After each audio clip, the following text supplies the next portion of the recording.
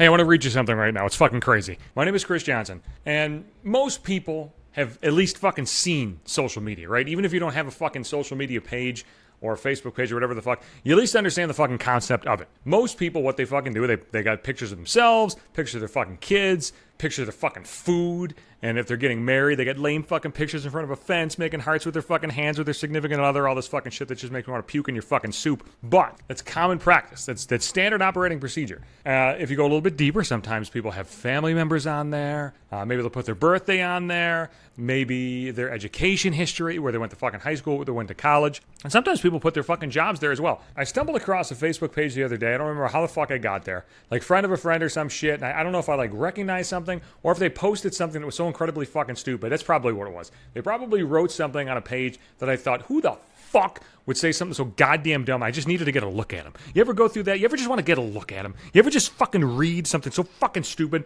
It doesn't have to be about anything specific. It could be about fucking sports. It could be about fucking politics. It could be their dumb philosophy on like life or fucking animals or just fucking anything. I just read it and I was like, this is fucking dumb. I gotta see who this fucking person is. And I found out who this person was. I probably found out more than I wanted to. Listen to this shit. You're not gonna fucking believe this. This is incredible. This person worked at like a waxing studio. And this is how they described it. Former brow and pubes consultant at said waxing studio.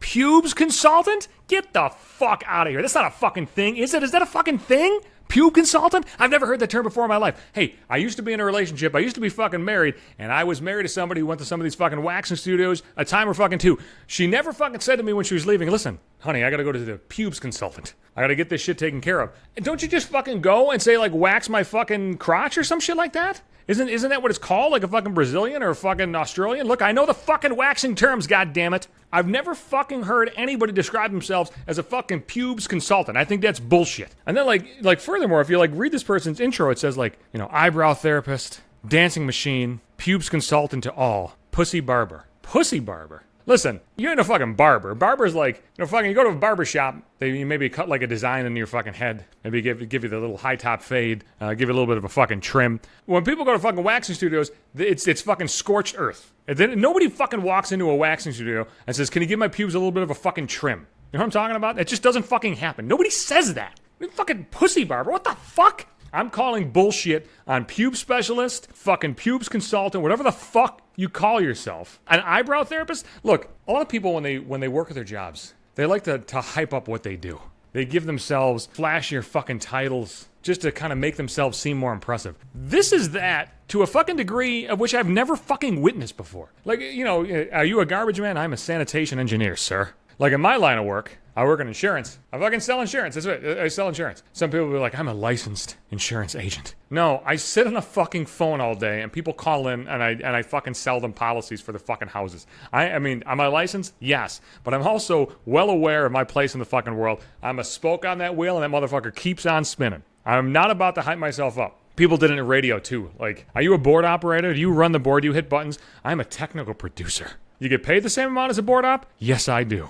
Hey, can I get more money? No, but what if we called you the executive producer? What if we did that? What if we gave you a flashy new title? What if we called you a fill-in host? What if we called you an on-air talent? It's all fucking bullshit. I never thought, like, you know, I work at a waxing studio. I mean, I don't know what they fucking call themselves. Like, what does somebody who works at, like, a waxing studio call themselves? Like, if somebody said, like, hey, what do you do for a living? I think you would just say, like, oh, I work at a waxing studio. Because you understand what they're doing. They're pouring wax on vaginas and balls, and they're fucking ripping hair outs by the fucking roots. And, you know, you do you. I don't give a shit. I'm not fucking knocking the job. I just don't think the actual job title is, like, pubes consultant. Because, like, anytime you get like a consultation, like you get consultations if you're like going to build something. I'm going to put addition on my house. Like, hey man, I need a free estimate, a free consultation. Hey, I want to put in another couple rooms here, maybe add an extra door, put in a fucking new screen door and redo the countertops. That's a fucking consultation. If you're walking into a waxing studio, you already know, like, I want to get rid of these pubes. I want to get rid of my chest hair and my fucking hair up the crack of my ass.